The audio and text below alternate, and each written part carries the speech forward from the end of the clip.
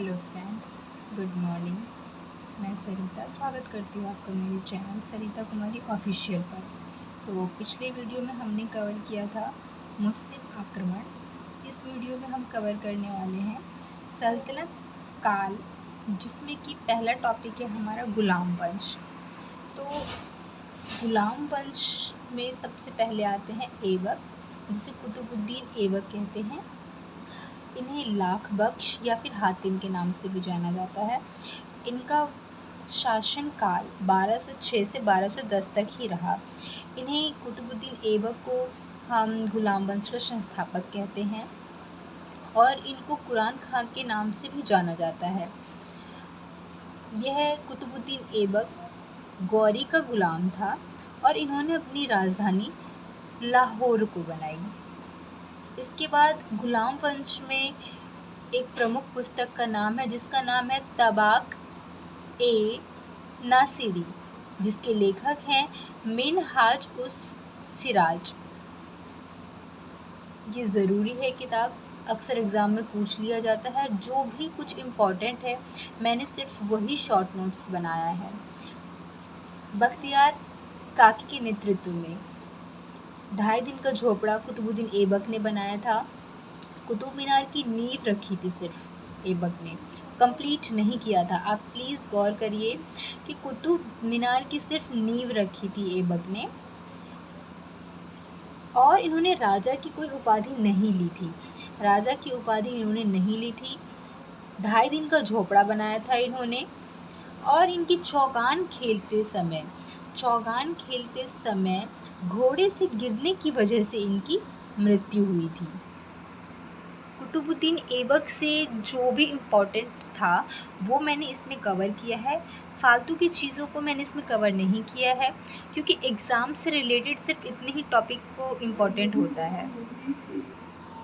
ये दिल्ली सल्तनत के जो भी शासक हुए हैं और जो उनका वंश का नाम है, ये ट्रिक है जिसे आप याद करने में इजी होगी आपको, जिसका ट्रिक है गुलाब खिले तो सांस लो। गुलाब खिले तो सांस लो, ये ट्रिक है।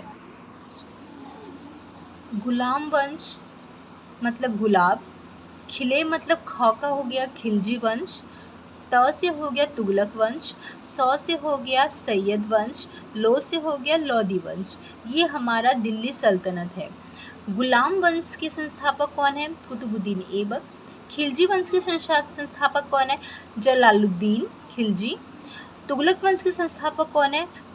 गयासुद्दीन तुगलक। सैयद वंश के संस्थापक कौन है? खिज्र खां। लोदी वंश के संस्थापक बहलोल लोदी। अब हम आते हैं एक दूसरे ट्रिक पर, जिसका नाम है तुगलक सखी। त से हो जाएगा तुगलक वंश, ग से हो जाएगा गुलाम वंश, ल से हो जाएगा लोदी वंश, स से हो जाएगा सैयद वंश और ख से हो जाएगा खिलजी वंश। ये हमारा एक कभी कभी एग्ज़ाम में आ जाता है कि सबसे लंबा शासन कौन से वंश ने किया है, तो उस वंश के नाम को सीक्वेंस में याद रखने के लिए एक छोटा सा ट्रिक है, आप ट्राई करिएगा। फिर दूसरे शासक आते हैं इल्तुतमिश। इनका शासन रहा है 1211 से लेकर के 1236 तक। इनको इलबरी वंश भी कहा जाता है, जो इन्होंने स्थापना किया था। संस्थापक तो वही रहेंगे, लेकिन ये इलबरी वंश के थे और इनको गुलामों का गुलाम भी कहा जाता है। और गुलाम वंश का वास्तविक संस्थापक भी इल्तुतमिश को ही माना जाता है। इसके बाद इन्होंने मकबरा बनाने की शुरुआत की थी, जिसका पहला उदाहरण है अजमेर दरगाह। उसके बाद सिक्का का निर्माण इन्होंने शुरू किया था। इनके टाइम पे राजधानी दिल्ली थी। इन्होंने युद्ध विस्तार किया था।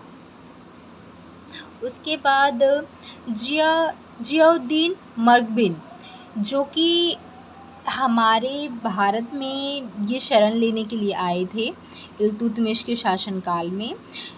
ये इनका पीछा कौन कर रहे थे? चंगेज़ खां। कभी कभी क्वेश्चन में ये पूछ लिया जाता है कि जियाउद्दीन मागबरनी का पीछा कौन कौन से शासक कर रहे थे, तो इसका हो जाएगा चंगेज़ खां। उसके बाद इल्तुतमिश ने 2 प्रमुख सुधार किया था। पहला सुधार है इक्ता, जो कि वेतन के बदले दिया जाता था। उसके बाद दूसरा है चालीसा दल। चालीसा दल में 40 मंत्रिमंडल रहते, मतलब मंत्रिमंडल का समूह था। चालीसा दल में रेड क्लॉथ भी एक प्रमुख है। आप ये भी याद रखिए, रेड क्लॉथ, क्योंकि जिनको कोई शिकायत होती थी या फिर कोई समस्या होती थी वो रेड क्लॉथ में ही रहते थे, तो लोगों को अपने आप पता चल जाता था कि ये किसी समस्या में है, फिर मंत्रिमंडल उसका समाधान करते थे। उसके बाद आता है 1215 में तराइन का तृतीय युद्ध हुआ था इल्तुतमिश और याल्दोज के बीच में, जिसमें इल्तुतमिश विजयी रहे थे। तो फ्रेंड्स, हमने इस वीडियो में कवर किया है कुतुबुद्दीन ऐबक और इल्तुतमिश।